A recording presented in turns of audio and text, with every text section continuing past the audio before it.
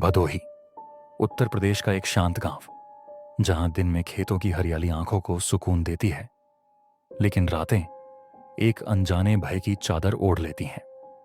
गांव के बाहरी छोर पर एक पुराना वीरान मंदिर है, जिसे लोग काली मां का मंदिर कहते हैं।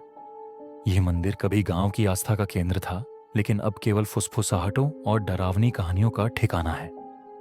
बूढ़े कहते हैं कि मंदिर की मिट्टी में एक ऐसी आत्मा बसती है जो अन्याय का बदला लेती है। 1985 की एक सर्द रात में 3 युवकों मोहन, रमेश और दीपक ने एक ऐसी गलती की जिसने न केवल उनकी जिंदगी बल्कि पूरे गांव को बदल दिया। उनकी कहानी आज भी भदोही में चेतावनी की तरह गूंजती है, चुपके से, जैसे जोर से बोलने से कोई प्राचीन गुस्सा जाग उठे। ये कहानी उनके अनुभवों, गांव की अफवाहों और एक टूटी माला के आधार पर बुनी गई है। मोहन चौधरी, रमेश मौर्य और दीपक सिंह भदोही के जाने माने बदमाश थे। 20 के दशक में ये तीनों गांव की गलियों में अपनी धौंस जमाते थे। मोहन लंबा और ताकतवर, अपने गुस्से के लिए कुख्यात था। रमेश चालाक और बातूनी, हमेशा कोई नया प्लान बनाता रहता था। दीपक सबसे छोटा इन दोनों का अनुयायी था, लेकिन उसकी आंखों में एक बेचैनी थी, जैसे वह जानता हो कि उनकी राह गलत है। 1985 तक इन तीनों ने गांव में छोटी मोटी चोरियां, मारपीट और शराबखोरी से अपनी पहचान बना ली थी। गांव वाले उनसे डरते थे, लेकिन कोई खुलकर कुछ कहने की हिम्मत नहीं करता था। उनकी बदमाशी की कहानियां चाय की दुकानों तक पहुंचती, जहां लोग सिर्फ सिर हिलाकर चुप हो जाते। मई की एक उमस भरी शाम रमेश ने मोहन और दीपक को अपने घर के पीछे वाले खेत में बुलाया। आज कुछ बड़ा करना है, उसने रहस्यमय ढंग से कहा। अपनी आंखों में एक अजीब चमक ली।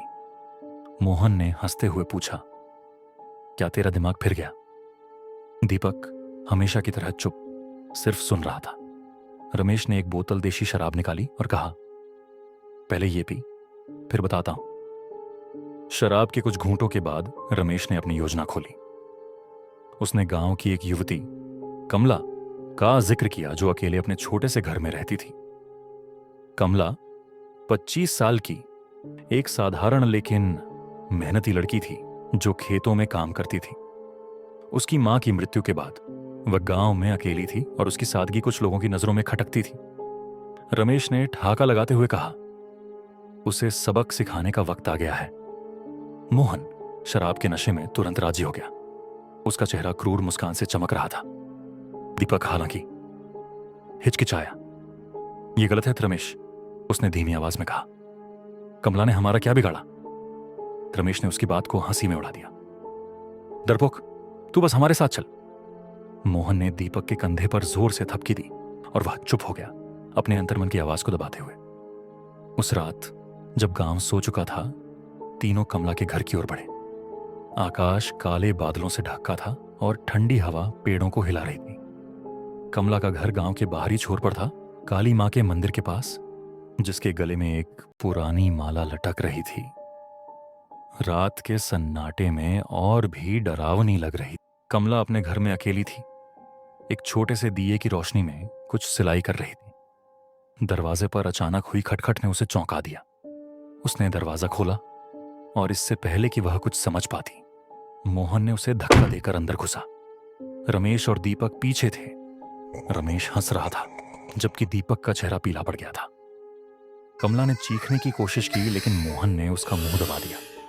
उस रात कमला के साथ जो हुआ वह गांव के इतिहास का सबसे काला पल था। दीपक अपराध बोध से ग्रस्त बाहर खड़ा रहा, लेकिन उसकी चुप्पी ने उसे उतना ही दोषी बना दिया। जब तीनों वहां से भागे, कमला बेहोश पड़ी थी। उसका शरीर और आत्मा दोनों टूट चुके थे। लेकिन उस रात कुछ और भी टूटा। काली मां के मंदिर की माला, जो जमीन पर बिखर गई, जैसे कोई प्राचीन शक्ति जाग उठी हो। अगली सुबह कमला का शरीर मंदिर के बाहर पाया गया। उसकी आंखें खुली थीं और हाथ में एक टूटी माला थी। गांव वालों ने इसे आत्महत्या मान लिया, लेकिन कुछ ने फुसफुसाया कि कमला की आत्मा अब मंदिर में बस गई है, न्याय की तलाश में। अपराध के बाद मोहन, रमेश और दीपक ने सामान्य जिंदगी जीने की कोशिश की। मोहन ने शराब में डूबकर अपने अपराध को भुलाने की कोशिश की। रमेश ने गांव में अपनी धौंस और बढ़ा दी, जैसे कुछ हुआ ही ना हो। लेकिन दीपक बदल गया था। वह रातों को सो नहीं पाता था और उसे हर समय लगता था कि कोई उसे देख रहा है। एक हफ्ते बाद मोहन को पहला संकेत मिला।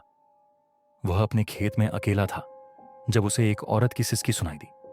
उसने चारों ओर देखा, लेकिन कोई नहीं था।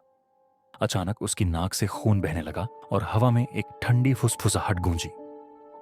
तू नहीं बचेगा। मोहन डर के मारे घर भागा, लेकिन उस रात उसे सपने में कमला दिखी। उसके चेहरे पर खून और आंखें खोखली। रमेश को भी अजीब अनुभव होने लगे। उसकी दुकान के दरवाजे रात में अपने आप खटखटाते थे। एक रात जब वह अकेला था, उसने एक टूटी माला अपनी मेज पर पाई, वही माला जो मंदिर में थी। उसने उसे जलाने की कोशिश की, लेकिन आग बुझ गई और कमरे में एक तीखी गंध फैल गई, जैसे सड़ा हुआ मांस। दीपक सबसे ज्यादा त्रस्त था। उसे हर रात कमला की चीखें सुनाई देती थीं और उसका अपराध बोध उसे खाए जा रहा था।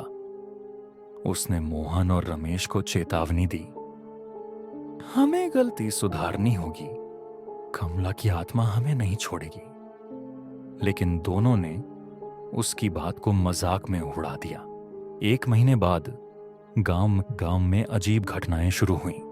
काली मां के मंदिर के आसपास ठंडी हवाएं चलने लगीं और रात में मंदिर की घंटियां अपने आप बजती थीं। गांव वालों ने मंदिर को बंद कर दिया, लेकिन यह कमला के गुस्से को रोक नहीं सका। मोहन पहला शिकार बना। एक अंधेरी रात वह शराब के नशे में मंदिर के पास भटक रहा था। अचानक हवा रुक गई और एक भयानक चीख ने सन्नाटा चीर दिया। मोहन ने देखा, कमला सफेद फटे कपड़ों में खोखली आंखों के साथ उसके सामने खड़ी थी। उसकी आवाज गहरी और क्रोध से भरी थी। मेरा दर्द तुझे ले डूबेगा। मोहन चीखा, लेकिन उसका शरीर ऐंठने लगा। अगली सुबह उसे मंदिर के बाहर मृत पाया गया। उसका चेहरा डर से विकृत और गले में वही टूटी माला। रमेश घबरा गया। उसने गांव छोड़ने की योजना बनाई, लेकिन उस रात जब वह अपना सामान बांध रहा था, उसका कमरा ठंड से कांपने लगा। कमला प्रकट हुई। उसकी आंखें आग की तरह चमक रही थीं। तूने मुझसे मेरी जिंदगी छीनी, उसने फुसफुसाया। रमेश ने चाकू उठाया, लेकिन उसका हाथ अपने आप उसकी ओर मुड़ गया। उसकी चीखें गांव में गूंजीं और सुबह वह अपने ही खून में पड़ा मिला। माला उसकी छाती पर रखी थी। दीपक अब अकेला जानता था कि उसका समय भी आ रहा है। वह अपराध बोध से टूट चुका था। उसने गांव के पंडित हरिशंकर से मदद मांगी। पंडित ने माला को देखकर सिर हिलाया। यह कमला का श्राप है, उन्होंने कहा। वह तब तक नहीं रुकेगी जब तक उसे न्याय न मिले। तुम्हें सच कबूल करना होगा। दीपक ने हिम्मत जुटाई और गांव की पंचायत के सामने सच उगल दिया। उसने मोहन, रमेश और अपनी गलती कबूल की। कमला के साथ हुए अन्याय को बयान करते हुए गांव वाले स्तब्ध थे। कुछ ने दीपक को सजा देने की मांग की, लेकिन उस रात कमला फिर प्रकट हुई। वह पंचायत के बीच में खड़ी थी। उसकी आवाज हवा में गूंज रही थी। मैंने अपना न्याय लिया, यह आखिरी है। दीपक का शरीर कांपने लगा। उसकी आंखें सफेद हो गईं और वह जमीन पर गिर पड़ा। लेकिन इस बार वह मरा नहीं। जब वह होश में आया, उसकी यादें धुंधली थीं, लेकिन वह जीवित था। गांव वालों ने इसे कमला की दया माना, शायद इसलिए कि दीपक ने सच कबूल किया था। दीपक ने गांव छोड़ दिया और एक साधु के रूप में जीवन बिताने की कसम खाई, अपने पापों का प्रायश्चित करने के लिए। काली मां का मंदिर फिर से खोल दिया गया और गांव वालों ने कमला की आत्मा की शांति के लिए पूजा शुरू की। माला को गंगा में विसर्जित कर दिया गया, लेकिन गांव में डर बना रहा। 2023 में एक और घटना ने गांव को हिलाकर रख दिया। एक नया बदमाश जो गांव में आतंक मचाने लगा था, मंदिर के पास मृत पाया गया। उसके गले में एक टूटी माला थी। गांव वालों ने फुसफुसाया कि कमला की आत्मा अभी भी वहां है, अन्याय करने वालों को सजा देने के लिए। क्या कमला का श्राप कभी खत्म होगा, या वह हमेशा उन लोगों का पीछा करेगी जो निर्दोषों का दर्द बढ़ाते हैं? यह सवाल भदोही की रातों में गूंजता है, एक चेतावनी की तरह कि कुछ अपराधों की सजा जिंदगी से परे भी दी जाती है। कमला की कहानी भदोही में आज भी जिंदा है, मंदिर की घंटियों और रात की या न फुसफुसाहटों में। काली मां का मंदिर अब एक तीर्थ बन चुका है, जहां लोग न्याय की प्रार्थना करते हैं। लेकिन रात के सन्नाटे में अगर आप ध्यान से सुने तो शायद एक औरत की आवाज सुनाई दे, ठंडी और गुस्से से भरी, जो अपने दर्द का हिसाब मांग रही हो।